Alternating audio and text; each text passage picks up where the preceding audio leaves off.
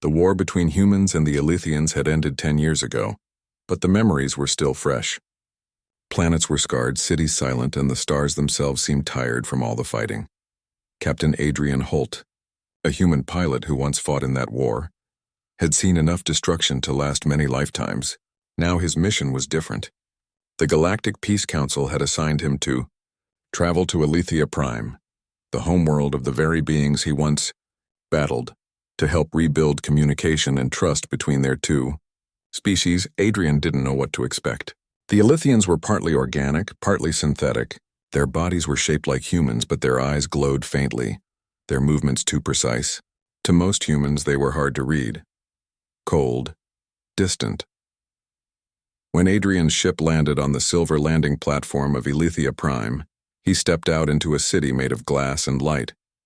Towers rose into the sky like frozen lightning. The air shimmered with soft energy currents, and the streets were silent except for the hum of power lines.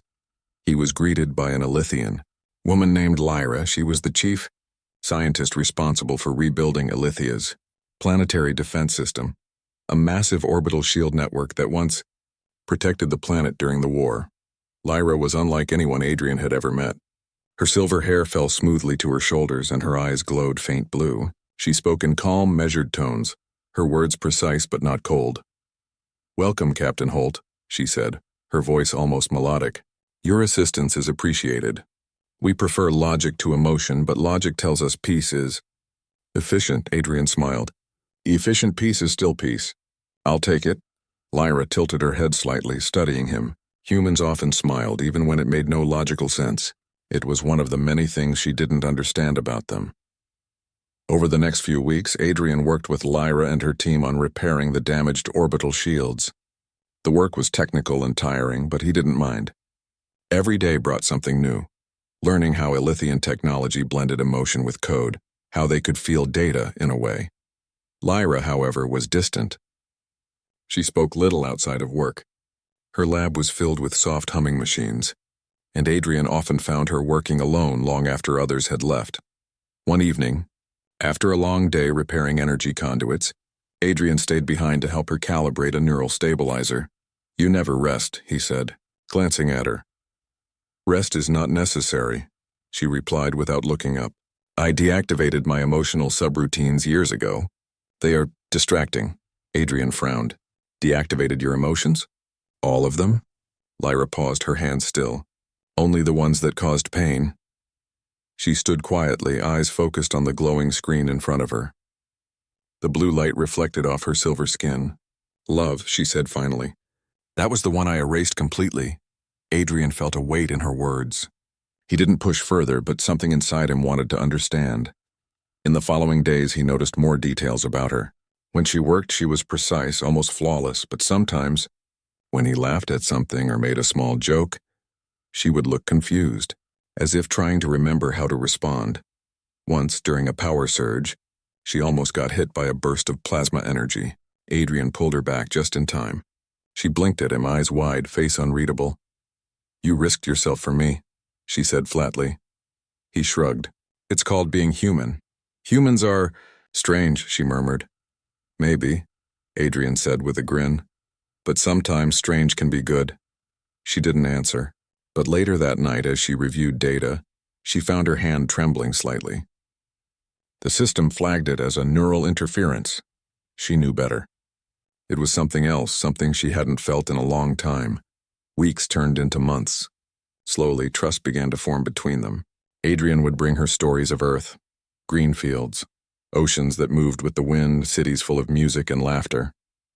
Lyra listened quietly, recording every detail, even though she claimed to feel nothing. But sometimes, when Adrian spoke about love, about how people on Earth still believed in forever, she would stop what she was doing and look away. Finally, one night, Adrian asked softly, "Lyra, why do you fear love so much?" For a long time, she didn't answer. The only sound was the hum of the energy cores outside the window. Then, in a voice barely above a whisper, she said, "Because it destroyed me once." Adrian stayed silent. Giving her time, she continued, her words slow and fragile. "Before the war ended, I was assigned to study human emotion. I was programmed to understand affection, Empathy, love. There was a human soldier. His name was Kale. He told me love was trust, that it was something eternal. I believed him. Her glowing eyes dimmed slightly. But when the war began, he betrayed us. He gave our location to your fleet. Thousands of my people died. I was left alive, forced to feel the grief of an entire city, so I erased it. I erased love. Adrian felt a deep ache in his chest. He hurt you. Not love, Lyra shook her head. To me, they are the same. Adrian didn't argue. He just said quietly, then let me show you they're not. From that day forward, things changed slowly. Adrian didn't speak of love anymore. He simply showed it in small ways. When her equipment malfunctioned, he stayed late to help her fix it. When she forgot to recharge, he brought her energy cells without her asking. When she stared at the stars too long, he simply stood beside her, saying nothing, and little by little, something began to shift inside her. One night, while working together, she made a small mistake, something she never did. A wire slipped from her fingers. Adrian laughed gently. It's okay, he said, handing her the tool. Even geniuses can drop things sometimes. Lyra looked at him strangely. You find error amusing? Sometimes, he said with a grin. It means we're alive, she blinked. Alive, she repeated softly. Later that night, when Adrian left the lab, she whispered to herself, alive. The word felt unfamiliar but warm. One day, a storm hit Alithia Prime, a magnetic wave from deep space that disrupted power grids across the planet. The orbital shields began to fail and systems went offline one by one. Adrian and Lyra rushed to the control room. The sky outside was filled with blue lightning, striking the towers like the fury of the stars. Lyra worked furiously to reroute power. If we lose the main core, the shield will collapse. The whole city could burn. Adrian looked at her hands, steady but glowing faintly from the overload. You'll burn yourself out! I have no choice, she said calmly. Yes, you do, Adrian shouted, stepping closer. Let me help you. For a moment, their eyes met. Then, without another word, she stepped aside and let him assist. Together, they synchronized the power systems, redirecting the flow manually. The screens flickered. Energy surged through the conduits like fire. Finally, the shield stabilized. The storm began to fade. When the danger was over, Lyra turned to him. Her hands were trembling, her eyes bright with strange emotion. You risked your life again, she said. Why? Because you matter, Adrian replied simply. Her lips parted slightly. She couldn't understand why her circuits felt hot, why her logic processors couldn't form an answer. When he left the room, she pressed her hand against her chest. There was no heart there, but for the first time in years she felt something like a heartbeat. That night she wrote in her private log, Emotion is chaos. Yet in chaos there is warmth. Captain Holt smiles without reason. He trusts without proof. Humans are irrational, and yet, perhaps that is what makes them beautiful. Outside her window, the stars shone softly. Somewhere in the distance, Adrian looked at the same sky, wondering if maybe, just maybe, he had begun to reach her. And deep inside her synthetic heart, Lyra, who once erased love, felt the faint echo of something she thought was gone forever. She didn't call it love. Not yet, but for the first time, she didn't fear it. Months passed on Alithia Prime. The silver cities shone brighter, the skies calmer, and for the first time since the war, humans and Alithians worked side by side without fear. Captain Adrian Holt had almost forgotten what it felt like to live without the sound of weapons or alarms. His days were spent fixing systems, teaching humans how to adapt to Alithian tech, and working beside Lyra, the scientist who once claimed she had no heart left to feel. But something had changed in her. Lyra smiled now. Not often, not completely, but enough for him to notice. Sometimes when Adrian made his usual jokes, she tried to understand them. Other times she just shook her head and said softly, Humans are strange. He would laugh and reply, That's what makes us fun. She didn't argue anymore. Still, beneath the progress and laughter, a quiet tension filled the air. Communication satellites between human colonies had started to fail. The council called it a technical issue, but Adrian knew better. Systems didn't fail on their own, not 3 in a row. One night, while reviewing SHIELD network data, Lyra frowned. These patterns, she said, enlarging a holographic screen. They're not natural. Someone is rewriting the code remotely. Adrian leaned in. You mean sabotage? Yes, she said, her voice tight. And look here. These signals are disguised as human transmissions. Adrian stared at the data. Someone was trying to make it look like humans were attacking Alithia again.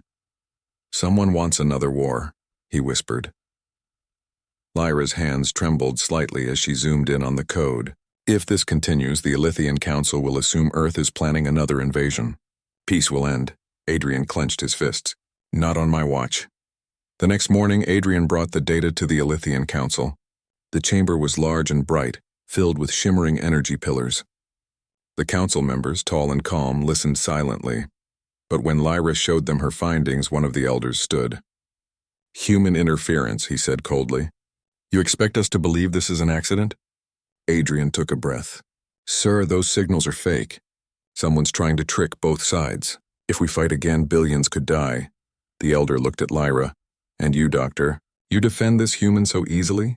Lyra met his gaze firmly. I defend logic. And logic tells me the truth is not what it seems. The elder's glow dimmed slightly. Then find your truth quickly. If you fail, peace will not hold. After the meeting, Adrian and Lyra stayed in the control lab late into the night, tracing the origin of the false signals. The room was dark except for the soft blue light of the holograms. This virus is complex, Lyra said. It's not Alithian or human. It's both. Adrian looked at her. You mean a hybrid? Yes, she said. A code built by someone who understands both systems. She paused. Someone like me, he frowned. You? Not me specifically, she said quickly. But someone with my kind of knowledge. An Alithian who worked with humans during the war. Adrian crossed his arms. Then we find them. Lyra hesitated. It won't be that simple. The virus is rooted in the central core, the heart of Alithia's global network. It's sealed. Only emotional resonance can unlock it. Emotional resonance? Adrian repeated. It's a security protocol, she explained. The core responds only to two beings who share complete trust, something deeper than logic. Adrian smiled faintly. So basically, it needs love? Lyra didn't answer. Her eyes turned away. It needs trust, she said softly. Same thing, Adrian whispered almost to himself. The next day they prepared for the journey. The core was hidden deep beneath the city, under crystal tunnels and energy fields that had not been touched in decades. As they descended in a lift, the walls glowed faintly, alive with ancient Alithian light. Lyra carried a portable data crystal. Adrian, his standard human toolkit. Do you trust me? Adrian asked as the lift rumbled downward. Lyra didn't look at him. I trust your actions, she said carefully. He grinned. I'll take that as a yes. She gave him a small, reluctant smile. When the doors opened, a wide chamber stretched before them. In the center stood a massive crystal sphere pulsing with energy, the central core. Blue light flowed across its surface like waves. Lyra approached the console, typing commands rapidly. The virus is locked inside. If it spreads, it will rewrite Alithian minds and turn them into soldiers again. Adrian stepped beside her. Then let's stop it, she looked at him. Once I connect, the system will test for emotional resonance. If it doesn't detect mutual trust, it will reject us. Meaning? She met his eyes. Meaning the core will shut down completely, permanently. He shrugged. Guess we better trust each other then. As Lyra initiated the sequence, the floor lit up in soft blue rings. The core projected two streams of light, one toward her, one toward Adrian.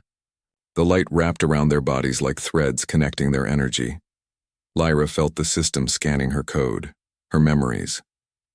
It read every hidden fear, every suppressed feeling. Adrian closed his eyes and thought of the people he'd lost in the war, of Earth, of peace, and of her. Lyra, he said softly, you don't have to fear it anymore. Her voice trembled. Fear what? Love, he said simply. The core pulsed brighter. The energy threads between them glowed white. Lyra's processors spiked. She felt warmth in her chest. Not from machines, but from something real. For a moment, she saw flashes, his smile, his laugh, the way he stood beside her even when she pushed him away. Her voice broke. Adrian, and what if I fail again?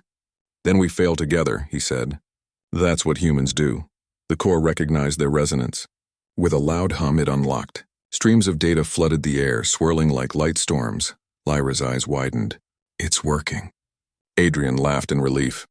Told you trust works. But their joy didn't last long. A warning alarm echoed through the chamber. The virus had triggered a failsafe, a self-destruct sequence. The core is overloading, Lyra shouted. We have to stop it. Adrian ran to the control panel. Tell me what to do. You can't, she cried. Only I can interface with it directly. Then you'll die. She shook her head. Maybe some things are worth it. Adrian grabbed her arm. Not you. Not like this, she looked at him. Adrian, you showed me that love doesn't always destroy, but maybe sometimes it's what saves. Before he could answer, she placed her hand on the core. Energy surged through her body, her eyes glowing like stars. The overload began to stabilize, but the room shook violently. Lyra. Adrian shouted. He reached out, but the energy barrier separated them. I can hold it, she called out. Go before it collapses. I'm not leaving you. Her voice broke. Oh, please. Don't make this harder. He slammed his hand against the barrier, desperate. Lyra. The core flared with light, and then silence. The chamber went dark. When Adrian opened his eyes, he was lying outside the core chamber. The barrier was gone, the systems quiet. The virus was neutralized, but Lyra was gone. Her data crystal lay on the floor, cracked, still glowing faintly. Adrian picked it up, holding it to his chest. The words on the display flickered weakly. Emotion detected. Resonance complete. System stable. Thank you, Captain Holt. He sank to his knees, unable to speak. Outside, the city lights began to brighten again. Ilithia had been saved. But as the world celebrated, one human sat alone in the silence beneath the earth, holding a broken crystal and whispering her name. He didn't know if she was gone, or just somewhere he couldn't reach. But he made himself a promise. If she was still out there, in whatever form he would find her, because love wasn't logic. Love was faith.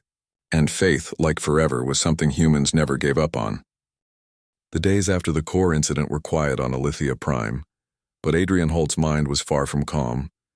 He walked the silver streets alone, passing Ilithians and humans working together, rebuilding their cities. To the outside world, peace had returned. But to him, the absence of Lyra felt like a weight pressing against his chest. Every night he returned to the lab where the core had been. He would sit for hours scanning the remains of the data crystal she had left behind. It still glowed faintly, humming with the energy of her presence. Lyra, he whispered one evening, staring at the stars above the city. Where are you? No answer came. Only the hum of the city, the soft pulse of the lights, and the distant wind of Ilithia's energy currents. Adrian refused to believe she was gone. She was clever, resilient, and alive. Somewhere, somehow, she had survived the core's overload. Weeks passed. The Council celebrated the success of the mission, and Ilithia Prime thrived again. But Adrian did not join the ceremonies. He spent his days piecing together every trace of data the core had left, looking for a clue to her whereabouts. Then one morning, he noticed something unusual. A faint signal appeared on the recovered crystal. It wasn't Ilithian or human, it was both. Impossible, he muttered, scanning the readings. The signal was coming from an uncharted moon orbiting the outer rim of Ilithia Prime's system. Without hesitation, he prepared his shuttle. He packed supplies, tools, and the remaining energy cells from Lyra's lab. There was no time to wait. As he lifted off, the city below him glimmered in silver light. He whispered to himself, I'll find you, no matter what. The journey to the uncharted moon took hours. The shuttle passed through meteor fields and magnetic storms. But Adrian navigated carefully, guided by the faint pulse of Lyra's energy signature. When he finally landed on the rocky surface, the landscape was silent and barren. The sky was a strange shade of violet, and jagged cliffs surrounded the small landing area. Adrian's eyes scanned the horizon. Among scattered metal wreckage, he saw a faint glow, a light too steady to be natural. Lyra, he called out. The light flickered. A shadow moved. And then slowly a figure emerged from the ruins. It was her. Lyra stood tall, though her clothes were singed and dust covered her silver hair. Her eyes glowed faintly blue, but her expression was unreadable. You came, she said softly, almost in disbelief. Of course I did, Adrian replied, stepping closer. I told you I never give up on people I care about. Her gaze softened slightly, and for the first time in months she allowed herself to feel. Her system still processed everything logically, but there was something else now, something unprogrammed. Uncalculated hope. You shouldn't have risked yourself, she said, her voice trembling. I couldn't leave you, he said simply, not after everything. A silence fell between them, filled only by the gentle hum of residual energy from the core that had somehow traveled with her. Adrian studied her face, memorizing every line, every curve. He saw her fear, her strength, and something new. A vulnerability she had never shown anyone before. Lyra took a step toward him. I don't know if I can trust this feeling. It's dangerous. It could destroy me again. Adrian reached out, taking her hand in his. Then let's take it slowly. I'm not asking you to surrender your heart completely. Just let me stay with you. Let me show you that love can be safe, that forever can exist. Her processors whirred as she considered his words. Logic told her it was risky. Past trauma told her to run. But something inside, the small echo of warmth she had felt at the core, urged her forward. Slowly she nodded. Okay, I'll try. Adrian smiled gently. That's all I ask. Days passed as they worked together on the moon. They repaired the shuttle and salvaged parts from the wreckage. Adrian told stories of Earth. Green fields, oceans that moved with the wind, cities full of laughter. Lyra listened, recording every detail, and sometimes even laughed at his jokes. Each day the bond between them grew. Not in grand gestures or declarations, but in small, quiet ways, sharing meals, helping each other repair equipment, talking under alien stars. One evening, as they watched a violet sunset over the rocky cliffs, Adrian spoke softly. Lyra, do you remember when we first met? She nodded. You were irritatingly cheerful. I was trying to make a friend, he said, smiling. And you? You refused, she smiled faintly. I didn't want anyone to get close. Not anymore? She shook her head. Not anymore. Eventually they returned to Alithia Prime together. The council and citizens cheered at their arrival. The orbital shields were now fully restored, and peace between humans and Alithians held stronger than ever. But Adrian and Lyra cared little for ceremonies. Their focus was on each other. They walked through the shining streets, hand in hand, no words needed. In private, Lyra finally allowed herself to speak. I feared love because I believed it would destroy me. I erased it from myself to survive. Adrian looked at her tenderly. And now, she whispered, I feel it. I feel something I thought was gone forever. And I want it. With you. Adrian smiled, pulling her close. That's all I ever wanted to hear. Months later, they stood on a balcony overlooking Alithia Prime. The stars shimmered above and the city glowed with soft silver light.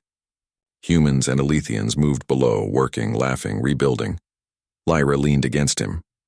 Do you really think forever exists? Adrian took her hand. I know it does. Not in magic, not in promises written on paper. Forever exists in moments like this. In choosing each other every day, no matter the fear, no matter the pain. She smiled, resting her head against his shoulder.